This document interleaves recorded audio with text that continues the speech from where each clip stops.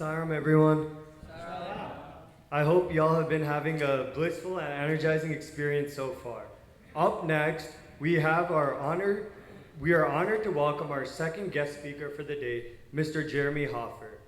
Mr. Hoffer was first introduced to Bhagwan Sri Satya Sai Baba while he was still in high school, a connection that blossomed into several transformative trips to India. He attended the summer course in Brindavan in 1995 and later lived in Hyderabad from 1997 to 1998, where he studied Telugu and engaged in service activities with the Sai Youth Group. Back in the US, Mr. Hoffer has been deeply involved with the Sai Center and Youth Group in Indiana. In 2008, he had the rare blessing of speaking in the Divine Presence during the World Education Conference at Prashanti Nilayam. Over the years, he has served in various leadership roles at both the center and regional levels and has also taught SSC classes with great dedication. Many of us were fortunate to hear him speak at our last National Young Adults Retreat, where he shared numerous heartfelt and inspiring experiences. So without further ado, please join me in warmly welcoming Mr. Jeremy Hoffer.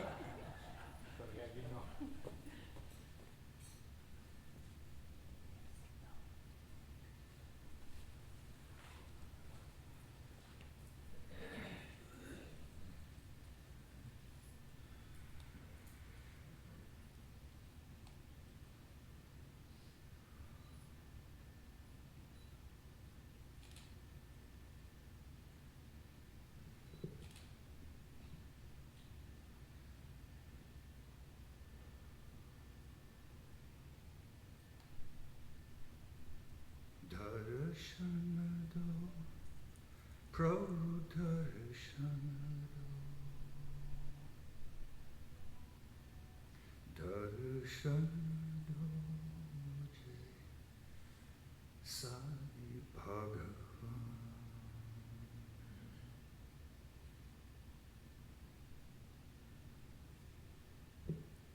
Sairam all. Thank you for the invitation to come down and spend this day with you.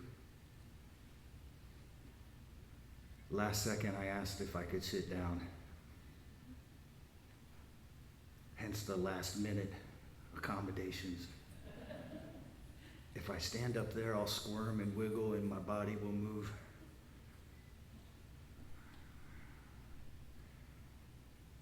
I always feel nervous to speak.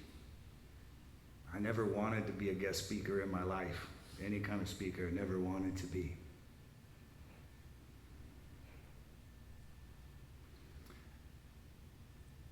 I'm not a VIP. Not a big guy. I don't hold any office. I'm just an ordinary person. And somehow, my life led me to Swami, and I had the good fortune to have some very nice experiences. That's the subject of my talk today.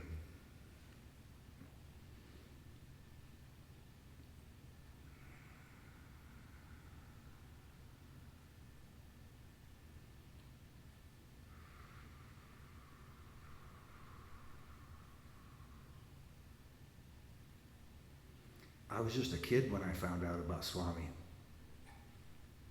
I'm the first person in my family to know about Sai Baba. Thank you very much.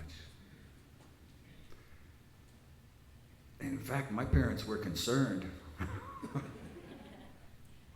They thought, because Jeremy had already taken a couple of left turns in life before he got to Sai Baba. So what's Jeremy getting into now?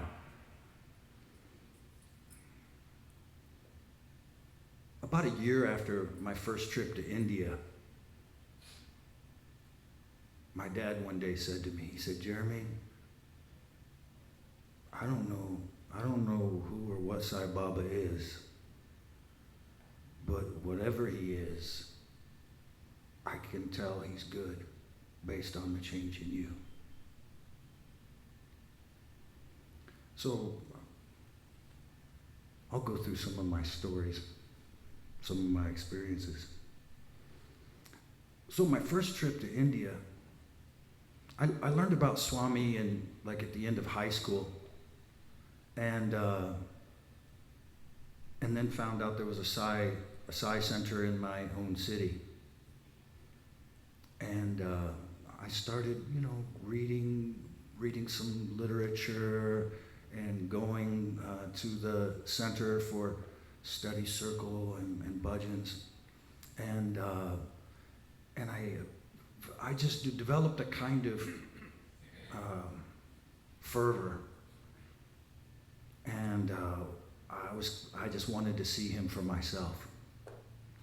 And I think, in my experience, people go and see Swami for the first time usually because they want him to prove his divinity. They want some evidence that he is divine. B, they have a problem. C, they have a desire. That's three most common reasons why people go to see Swami first time, in my experience. I didn't have any of those. Somehow I had some confidence, or I was comfortable believing that he was divine. But what does that really mean? What does that look like? I wanted to see and experience it myself. I didn't really have any problems, and I didn't really have any desires. I was so naive, I didn't even know what desires one should have, I didn't know that rings and jewelry were part of the, possibilities. I just wanted to see him for myself.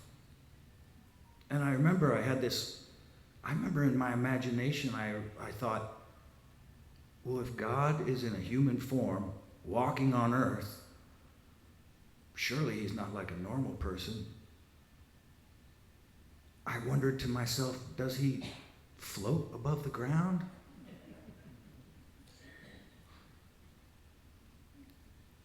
Does light shine and radiate from his afro? Certainly God's just not like trotting around looking just like you and me. So I went to India for the first time in summer of '93. By then I'd already known about Swami for several years, but I wanted to see him. Went for the first time in '93. And I joined with a group of people from New York. Through mutual friends, they had invited me. They said, he can join in our group. It's advantageous if he joins this group. This group gets contact with Swami, and it'd be good. I didn't know anything about that. I didn't have any idea what happens when you go see Swami, or what Swami does with people. I knew nothing. So we sat with this group, and sure enough, Swami, very first darshan, we were in Brindavan. And remember how we would sit in those blocks in the Siramesh Hall? block by block. So I was like on the front row of one of those blocks. And I'm sitting next to the group leader. Group leader's name was Hal Honig. Many of you may know him. So Hal's sitting here, and I came to learn Swami. I would always talk to Hal. Swami loved Hal. And Swami, sure enough, comes right up to Hal and asks him, oh, where did you come from? Though he's known Hal for years, and Hal has always lived in New York City, Swami asks again the same question. Oh, where have you come from? And Hal says, from New York City, Swami. And instantly I had this like protest in my mind because I was the only one not from New York. I felt somehow like not included and so I thought to myself, I didn't say it out loud. I only thought to myself, I said, I'm not from New York. And instantly Swami looked down at me and smiled. And in my head, I heard, I know where you're from. That was my very first darshan, very first contact with Swami.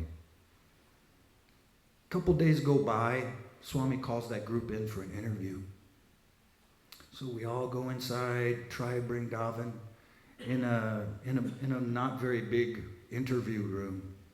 And there were other groups of people. Do you remember those pink twin sisters from Australia? Right? Those ladies were there. Do you remember Maynard Ferguson? Many of us maybe don't know. Maynard Ferguson is the famous jazz musician who composed the theme song to Rocky. Ba-ba-ba, ba-ba-ba, right? So that's Maynard Ferguson, right? And then there's maybe another family of Indians or something, and then our group of about 20-something people. I was kind of a little bit shy in the sense that I sat immediately in the back of the room. Not out of fear, but I just wanted to observe. I don't even know what you're supposed to do with, I just sat in the back. And honestly, all my life, I was almost always like that with Swami. Not necessarily hiding or sitting in the back, but I never brought business to Swami like, Swami, I want to talk about this, that, and the other thing. I found it was always best to just be empty, be an observer, not show up with a bunch of business. And in fact, one time in my life, I did show up with a bunch of business, and I regretted it. I felt like I spoiled the whole interview. So I sat in the back. My first impression of Sai Baba was his humanity. I was expecting divinity in the clouds, floating in light, balls of light or something, you know what I mean? I had these supernatural ideas of Swami, or what God in human form would be like. And in fact, my first impression was I was so impressed with his humanity. He was the perfect human. No, no supernatural powers or whatever. No, just his humanity, his courtesy, the way he talked to people, his hospitality. He's connecting with each and every person, making them feel at ease and comfortable. He puts on the fan. He's like, oh, is it a little warm? He gets up, he turns on the fan, sits back down. No, that's too much. He gets back up, turns it down one notch, then comes and sits back down. And the whole interview goes on. We're laughing, we're surprised. He's asking questions. He's teaching us things. He materialized some things. The whole thing was amazing. The feeling in the room, the feeling to be close to him it's hard to put into words. Just being near him, you feel something. Interview ended. He never spoke to me, and we all left. And I felt very full in the heart. Another couple days goes by, and he calls us back in a second time. Again, I sit kind of in the back. But this time, he wanted to talk to our group privately. So he sent us inside that inner interview room, which is even smaller than the small interview room outside. So Swami, being the perfect host, he stands in the doorway. He holds the door open, and he's pulled a curtain. You know, there's a cloth, a curtain over the doorway. He's holding that and letting us all go in first. Well, because I'm like last person in, I go in and there's no place to sit. There was one person left behind me. And so I'm like, whoa, where to sit? And somebody says, here, Jeremy, here's some space right here. Like right in front of Swami's chair. So I was like, ooh, that's a little close. So I go up and I take my seat, and but there's one more person behind me. And so I'm trying to be nice, maybe we can adjust and make some more room for this one person. So Swami had this big footstool. So I thought, I just picked it up, stuffed it behind Swami's chair. I just totally got rid of it. And then I was like, now there's more space.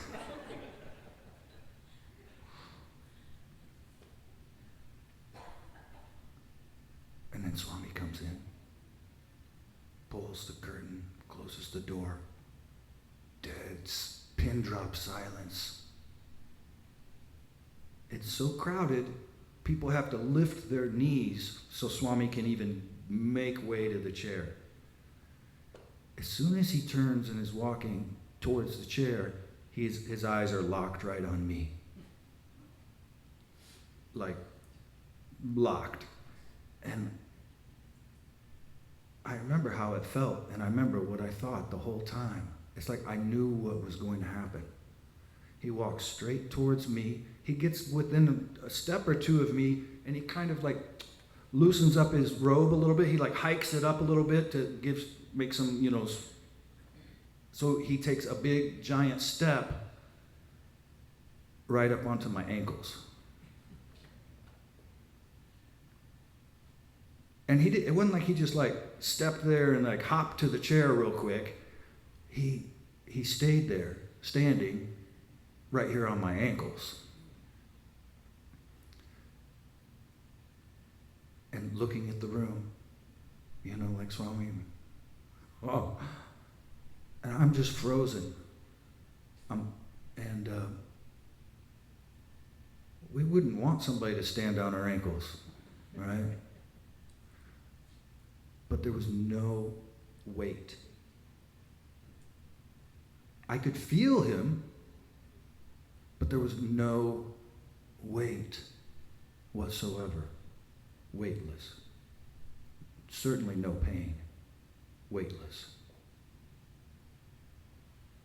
He stands there, kind of turns around, and then sits down on his chair, but kept his feet there and made me the simhasana. And he was just rocking his feet on my ankles. And I was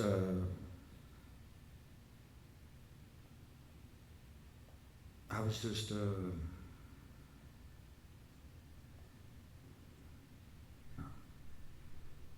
I was thoughtless, honestly.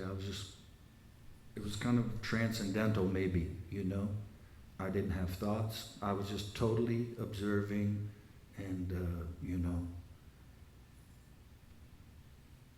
And Swami goes on conducting his interview, talking to everybody like he always does. And he talks with his hands, he's animated. He'll tell stories, he wants to use his hands. And one time his hand accidentally touched my face. And he looked down at me surprised, Like, how did you get there? Or you know what I mean? Like, I was like, you're just the samasanam, you know, what's your face doing in the way, you know? And then so he just like backhands me in the face and laughs. And then goes back to talking to everybody. And he never talked to me once. And then at some point, the electricity cut off. There's one window in that room, but it's shuttered. So the room was pitch black.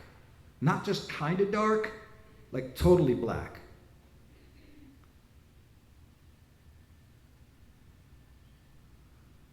But then a light came from his head.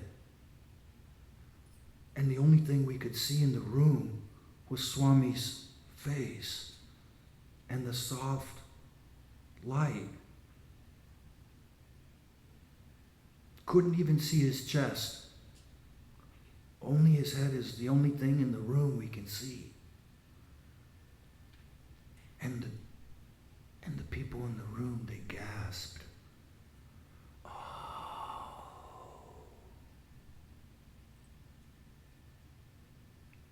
And then all the while Swami keeps,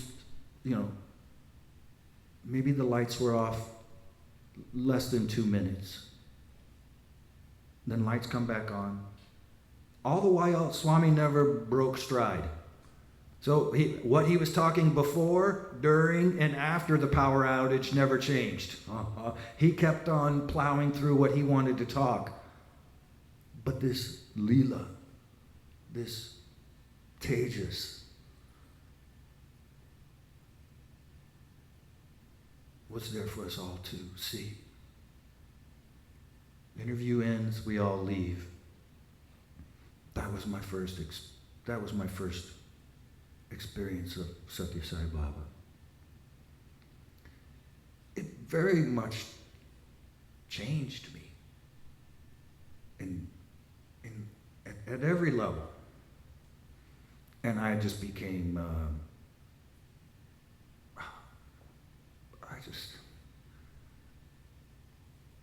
I just loved him and made every effort I could to go back and be there as much as I could.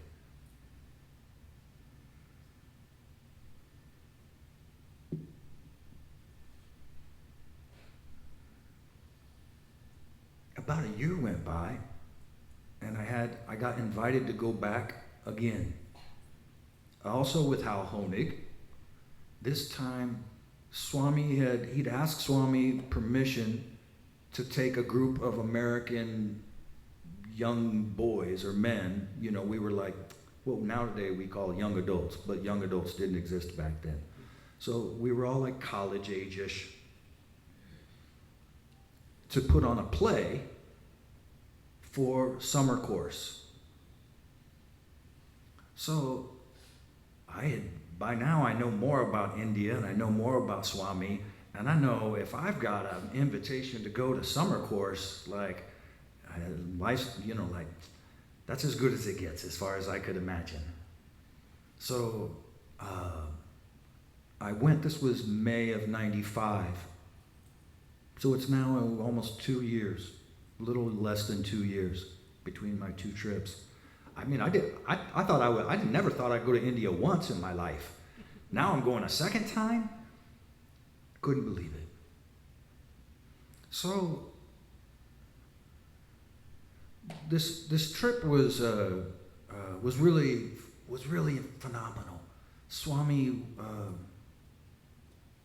spoiled this group with his attention and his affection, and the first part was the summer course itself. So as you know, Swami would often conduct this summer course in Indian spirituality and culture in what were their college summer holidays, also at Brindavan, at the campus. And so the daytime program would be, lectures and talks by Swami's staff or other senior devotees and special guests. And it was closed. It's a closed event. Like, it's not open to the public. So it's only those students and those invited guests. So we felt like I just felt so lucky. And I remember one of the privileges extended to us was we could eat our meals inside the hostel. And I had heard stories that sometimes Swami would eat his meals in there too. So I was just gushing with excitement. And so I remember our first day, we've arrived, we're, checked in, we've got accommodations, we've got our whatever. And first day, it's like lunchtime. And I'm like, okay, lunchtime, let's go. Let's go see Swami, come on everybody. And one by one, everybody who I talked to, all the boys in my group, it was like one thing or another, like, oh, I'm feeling sick today. Like we'd all just gotten there from USA. So, oh, I didn't sleep past, I need to take a nap, or, oh no, I feel sick, or, no, I can't eat that spicy Indian food one more time, or, one after another, nobody was ready to go. So I thought, well, then I'm going alone. So I go up to the hostel, and even stepping over the doorstep felt like, like verboten, you know what I mean? Something like I'm not allowed, I'm like, oh, am I going to get in trouble? What's going to happen? I step over the threshold into the hostel. I go inside. I don't even know anything. It's the first time I'm going inside this hostel, right? The hostel is a big building in the round. It's rectangular, but there's an open air courtyard in the center of this hostel with maybe 3 or 4 levels, right? So there's balconies that go all the way around. And the lunch hall or the cafeteria or whatever they called it was on the ground level. So I go inside, and already there's a giant line, like up the stairs, wrapping around the balcony, downstairs, wrapping next balcony. I was like, oh, okay. And Indians being Indian. You think I'm going to say something bad about standing in lines? Watch, I'm going to make a compliment. Indians being Indians, I go to the back of the line, and instantly the students are like, oh no, you're a guest. Please go in front of me. And that happened, that dominoed me all the way to the front. So I was like, oh, thank you, that's very nice. So I step in front of those 2 people. Then the people in front of it, no, you should go in front of us too. Literally, they traveled me all the way up and down and around twice, and then up to the front of the line. I go in the door, and Swami's in there. Swami's walking around, and so everybody's silent. It feels very funny to be like even standing up or walking in front of Swami. You know what I mean? Like we're always sitting. So like doing something mundane, like getting in line and getting a lunch tray or something like that. It feels total silence. We go, and every boy, the boys, they just sit on the floor in rows and face it, with their backs, like if I'm a row, then there's a row right behind me with their backs, and there's just like rows where the servers can come and dish out the food, right? So I go and I sit down, and my food's here, and Swami's walking around, and then he turns and starts coming down my row, and my heart's like,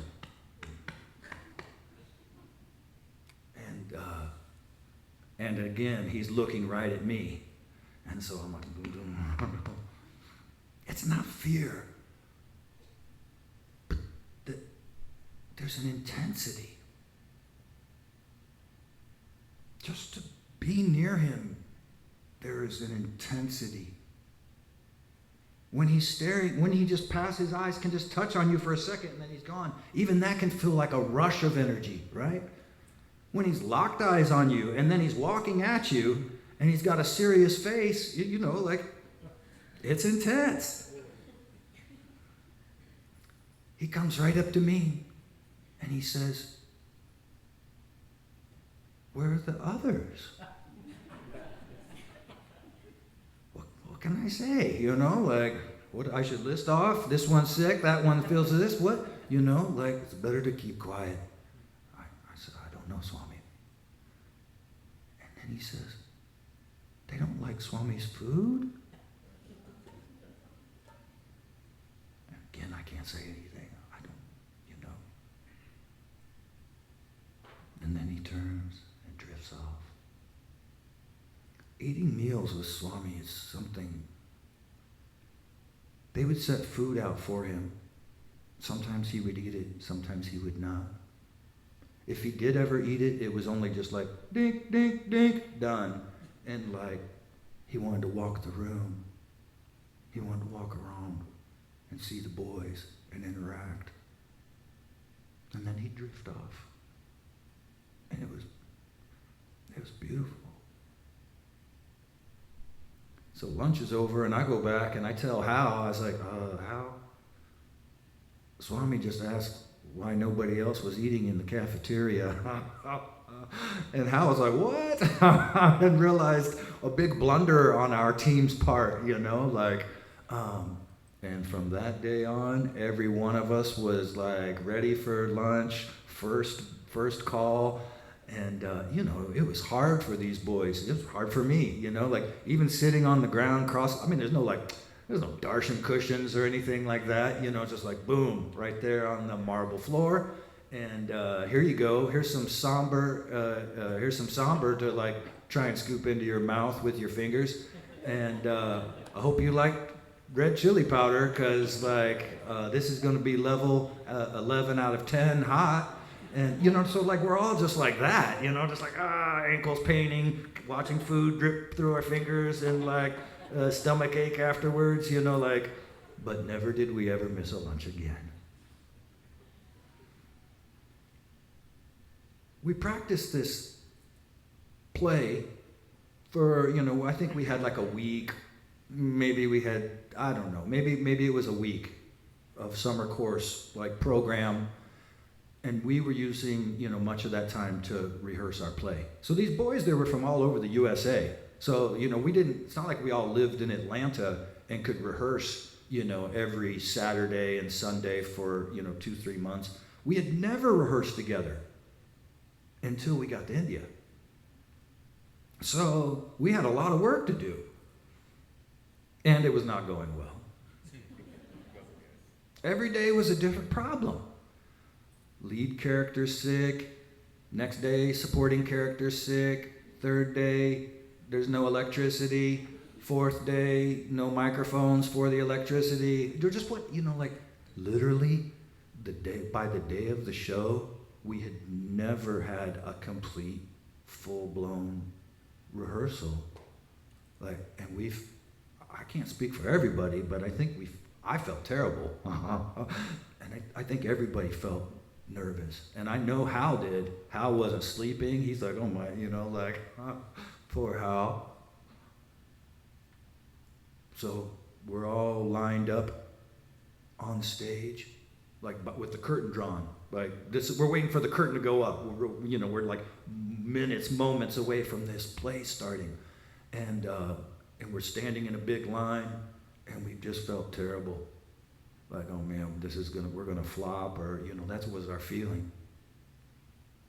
And then all of a sudden we can hear the crowd coming in through the front doors, you know, coming in through the side and back doors, you know, so the auditorium's filling up. We can hear all the chatter.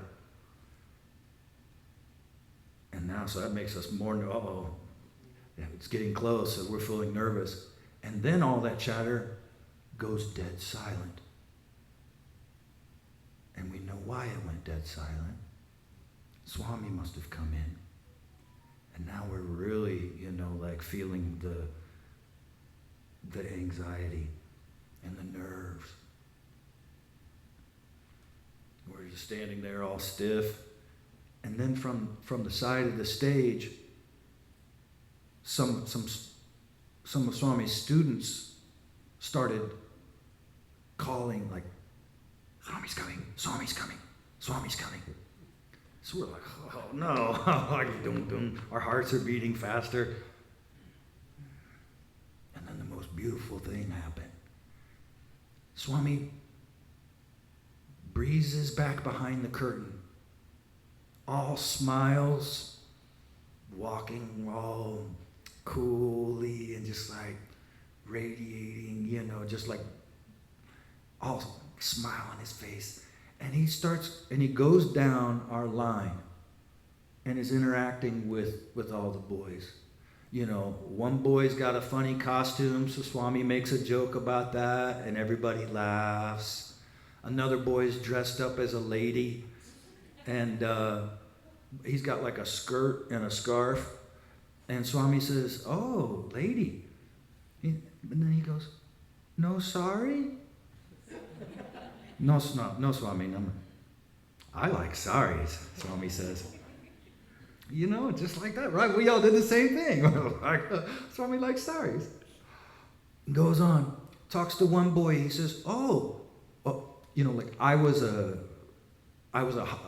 sick person in a hospital, right? That was my role, right? And Swami, "Oh, who are you in the play?" I said, "Swami, I'm a patient." Swami goes, patient.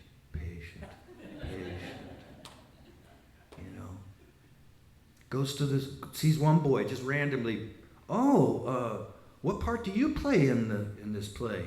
And that boy says, "Oh, Swami, I play the son." "Oh, how old are you?" "I'm 21, Swami." "Oh."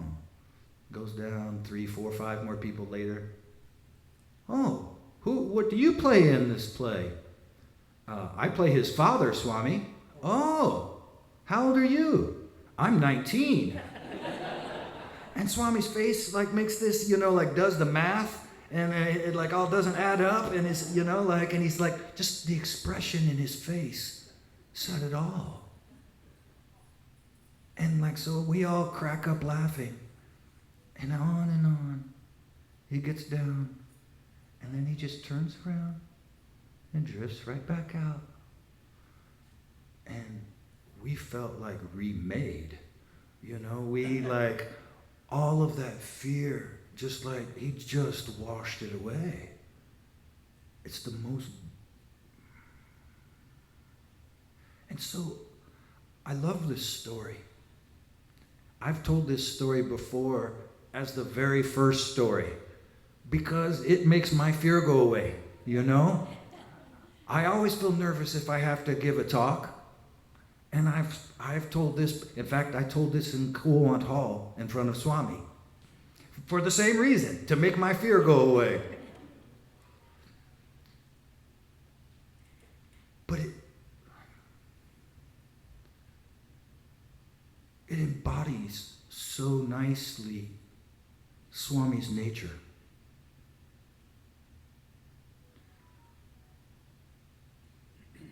We can read Satya Sai Speaks and we can read all of the literature about Swami, his own words. We can read his words, static on the page, beautiful, brilliant, highest wisdom.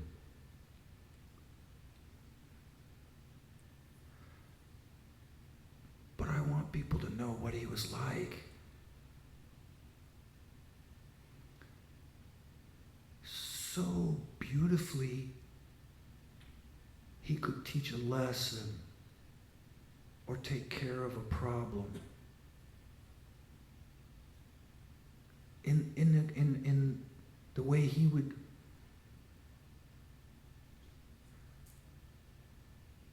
it was like Shakespeare, it was like a work of art. And perfectly tailored for us.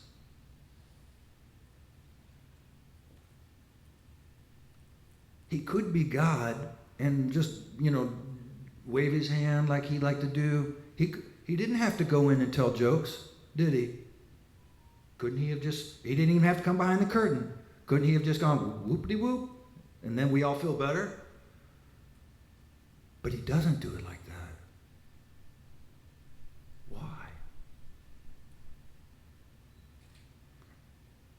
Swami says if I had come down blue-skinned and 4 arms, you would have put me in a museum and charged admission. I come down looking like you, moving among you, so that you can relate to me and aspire to be like me. His humanity was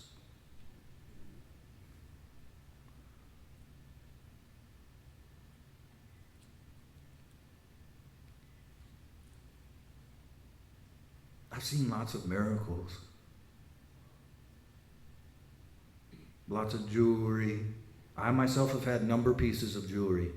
I've had a number of pieces of jewelry. One ring in particular changed shape 3 different times. And over a period of years, the story would keep, everything he did had deep, meaning and multiple levels of meaning. This one, I don't usually tell these jewelry stories because I just don't think it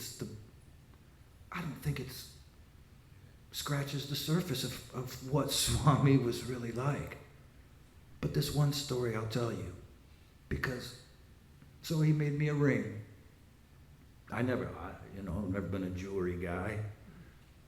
He made a ring. A few days later, he says, maybe a week or something later, I was back in his interview room, and he says, "You don't like that ring?" And I said, "No, Swami, of course I love this ring, no, you don't like it, give it." It's like a 3-stoned ring, right? One of those 3 diamond rings. He took it, he blew on it 9 times, it became Navratnam, okay? He put that Navratnam on my finger. A couple of years go by, maybe several years, I don't remember how much. I was at a Sai retreat and was playing basketball with kids, jumped up and got my hand stuck in the net of the basketball hoop. It snagged the ring and snapped it. So the head or whatever, the face with the 9 stones, was totally detached from the unguram, the ring. And so instantly I was like, well, I'm not taking this. There's only one jeweler I'm taking this to. And so I used to keep it in a little box, a little plastic Tupperware thing, and I just always had it in my pocket. For years, I carried this to India. For years I carried it, but over a period of several years, I had chances to go and see Swami, and every time I'd try and get some attention on this ring. And nothing. And finally, one day, he came up to me. And it was like the perfect chance. And so I had it out in my hand, and I'm like this. I'm like, Swami, this ring. And he looks down at it, puts his hand on it, and continues to talk to me, all while ignoring my request. He completely, obviously acknowledged and completely, obviously ignored at the same time. So I took it, I was like, okay, fine. I can, enough, I can hear what he's saying. Well, you guys know Sarojini Kanagala, right? You guys all know. So I was friendly with Sarojini. I was like, Sarojini, here's my deal. Here's my problem. She's like, oh, Jeremy, I know a jeweler out in the village who will work on that, no problem. I was like, she's like, no, it's okay, there's nothing wrong, it's a good jeweler, it's no, there's nothing wrong with you having just a jeweler repair this ring. So I was like, oh, well, clearly Swami's not about to give it attention, he's made that clear. And well, dang, if Sarojini thinks it's okay, then that's, she's not nobody. So I was like, okay, so I'll meet you. She says, yeah, meet me at the Ganesh gate after morning darshan tomorrow. I was like, okay, perfect. Next morning, I go for darshan, and Swami comes up to me and says, go, called me inside his house. Very first thing he said was, where's that ring? boom, I give it to him. He took only the face, right? The ring part, I still have. The face, he blew on it again. I don't remember if he blew 9 times this time or 3 times. I think it was 9, because he was funny about it. He was like, because he was counting. 1. Every time he'd blow on it, he'd like count for us. And then like he'd be like 3, and then 4. Like he was like being playful. Like, I don't even have to blow on it. I can blow here, and it still counts. You know, like just to make us laugh. Just this playfulness. And after 9 puffs, it was a whole brand new not Rutland ring. That one ring changed, you know what I mean? That, I don't know, 8 years, 10 years, I honestly don't even remember. And then when was the breaking point? It was only after I basically lost faith in him, you know what I mean? That was when it was like, you know what I mean? He doesn't do even things like jewelry. It's not just jewelry. And he'll use it all in a way to engage with us. That's all it is. He wants to engage with us, and he wants us to engage with him and feel the closeness. That's what I feel. That's my personal experience. But the miracles are just not even, like, they're just barely scratching the surface. Other cool things I saw, like, materialized. That group of boys, we went for summer course. So summer course, here, I'll tell some stories about.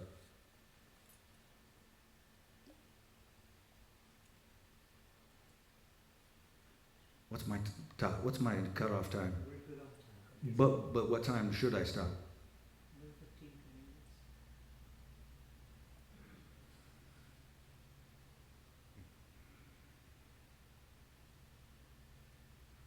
After the summer course was over, he started calling us in for interviews. First day he calls us in, he's like, boys, here's what we're going to do. We're all going to, like, he just like unloaded the program. Like, here's the next 2 weeks program. We're going to do this together and everything else. And we're just like, what? He's like, yeah, we'll take individual photos together. You're going to have interviews together. You guys are going to sing songs. I want you to give talks inside my house. Like all this stuff. And we're just like, we can't even believe what we're hearing. And this is like standing up. We haven't even sat down yet. We just walked in the room, and he's so excited. And he's like telling us all this stuff that he wants us to do with him. And then he turns his hand and had a stack of 500 rupee notes and started counting them off. He says, I want you guys to get new whites. Here's the money to have your new whites made. And so he materialized a stack. It had a staple in it. You know what I mean? And then he gets to the last boy, and it's like, again, he's counting. You know, like when he has the perfect number of 500 rupee notes for to the last boy, and it's like he's like all excited with his own like divinity or something, like he's like perfect, and like he was as excited as anybody.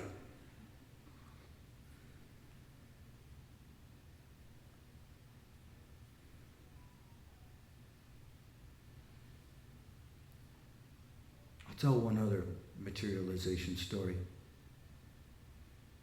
There was a doctor. This is another example of how, like, I'll just tell the story. There was a doctor. There was that same trip. There was an Indian man who I later learned was a doctor from California. I believe this is true. I don't know his name. I never saw him afterwards, anything. An Indian man who was a doctor or a dentist or some kind of medical professional. His eyes were very bloodshot. We could all see. Like extremely bloodshot. And, over days. Swami called him into the interview room with us one day. And materialized a strawberry. And Swami, like, it was big and red. And Swami looked at us, he says, he says, California strawberry. That's what Swami said. I've never even seen a strawberry in India. You know what I mean? Like, I've heard, people have told me, oh, maybe in Himachal you can get something, whatever. Ladies and gentlemen, I know strawberries. And this thing was a big, giant California, apparently, strawberry. Swami tears it in half and feeds this man the red strawberry for his red eyes. That night, so in the evenings we were going inside Tribe Vrindavan. So like Swami would invite the students and staff, and we would all go inside Tribe Vrindavan. In fact, darshan, evening darshan was just something you had to wait through until the real party started. You know what I mean? That's how it, like really, that's how, like, it sounds silly to say. I say it like that kind of to illustrate, like, we do. Darshan would finish and all the students would get up and like race maximum speed to try and get inside first to try Vrindavan.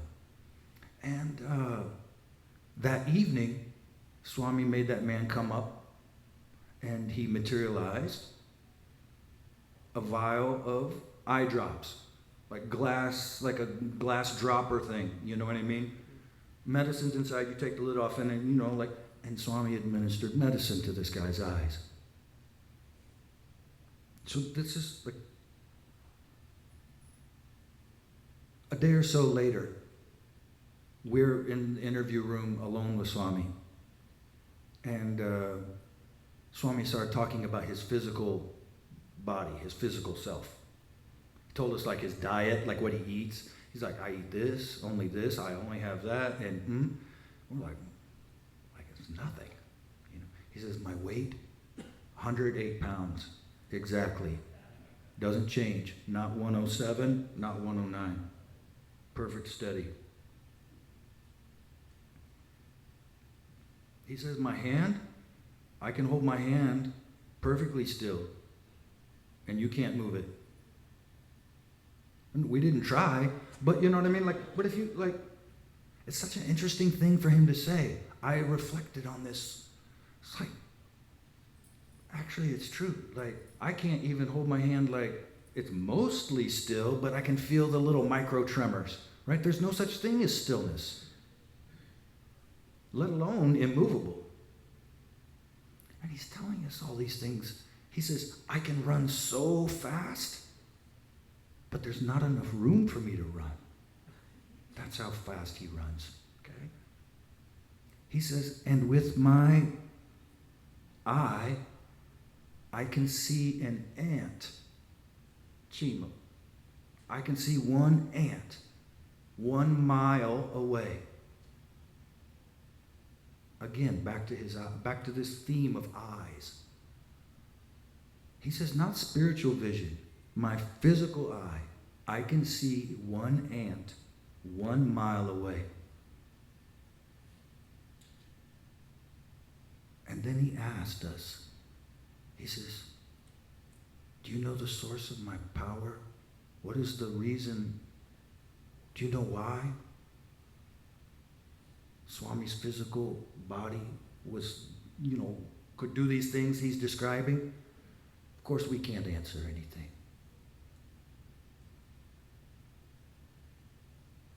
He said, selflessness. Selflessness is the reason why this body has that power. There's no selfishness in me. I don't have any desire. Selflessness is my power.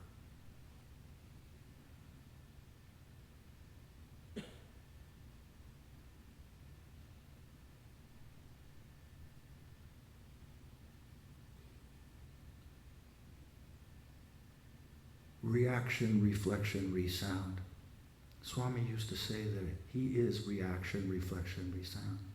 And I mentioned that to somebody recently, and they said, I don't understand what that means.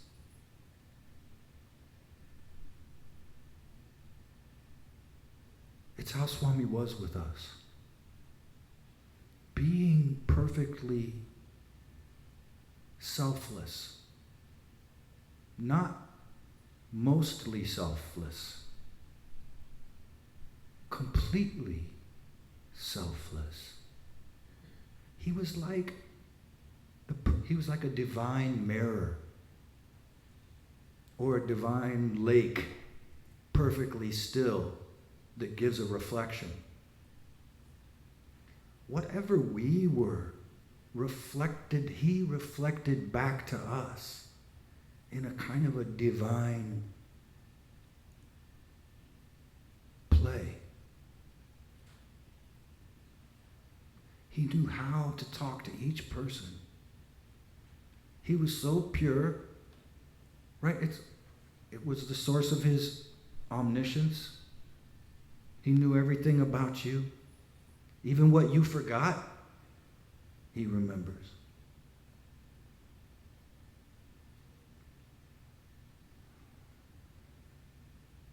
Everything he did was for us.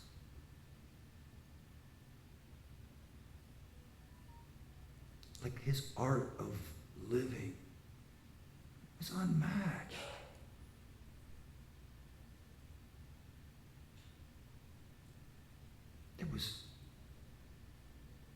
And when we experienced it, it was,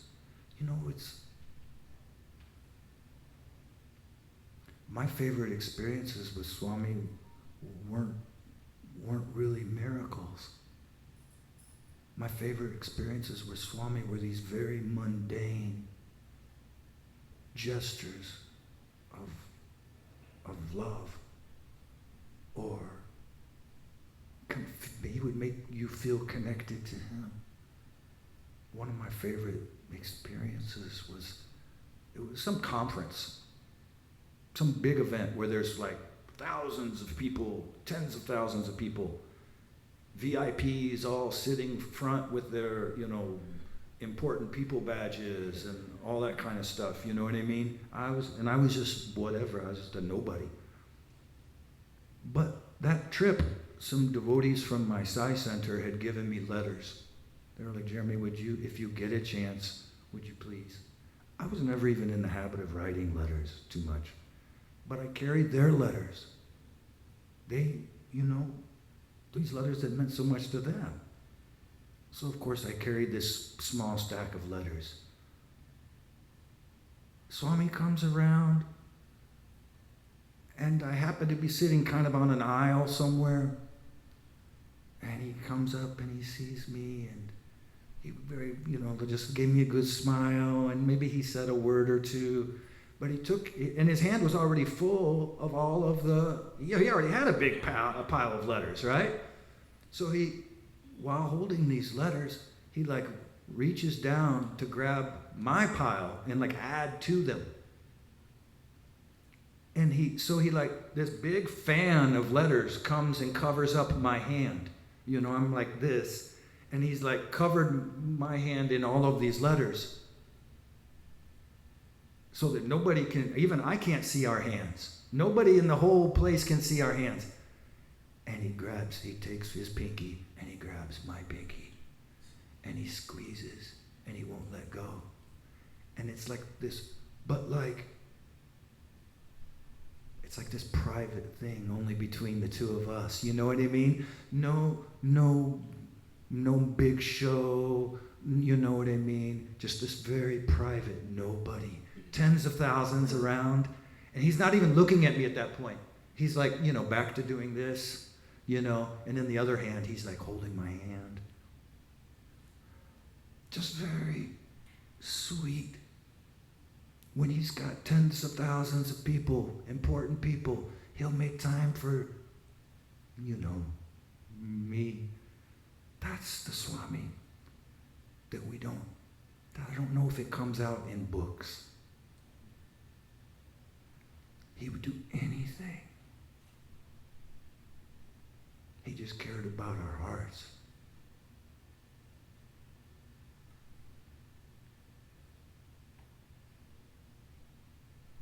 One time I was in the room, Swami called some people in for an interview, and these boys had families. I didn't have any family. Like, I'm the only, my parents aren't devotees. So I was alone in this room. I should correct myself. I got chastised by Swami one time for saying something about my parents that suggested anything remotely unflattering. Literally, he chastised me. I spoke inside, tried Brindavan, and afterwards he next day scolded me. You want to hear the bad thing I said about my family? I said, I personally had a checkered past. I said, my parents are good people, but I was I was trying to allude to the fact that I was like a bad kid, right? He didn't like even that much reflecting back on my parents. And next day he still started scolding me. And then he started telling me about my parents and how good they are, okay? So, and how the problem is all me. Problem is you don't listen. So, when I say my parents weren't devotees, my parents just were not present, okay? So,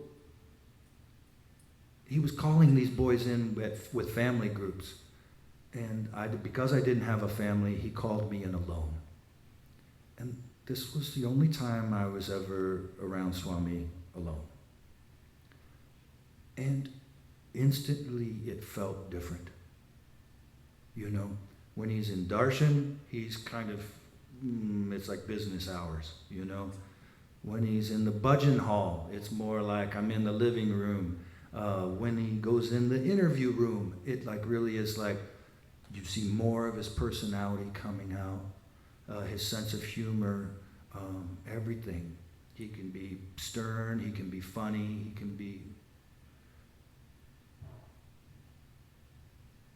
But when I was with him alone, even that veil of pretending went away. And he took my hand and walked me over to the chair, and he sat down and held my hand and just started telling me things he wanted me to know.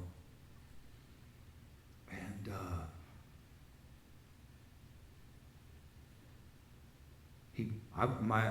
I was leaving that, that day. This was my literally last darshan, and then, he thumps me on the chest with his hand, boom, boom, boom. He says, this is not a two-seat sofa. This is not musical chairs. Your seat is on that plane, but my seat is in your heart.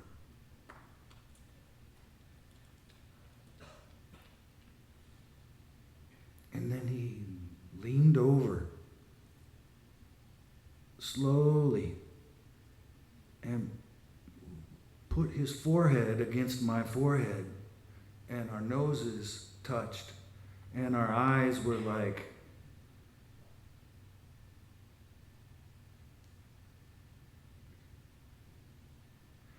and then he sat back up, and with this sweet voice, half singing, half speaking, Swami said, Humko tumase pyar kitna.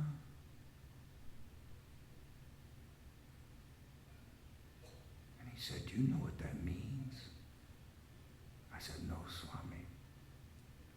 He says, I love you very, very much.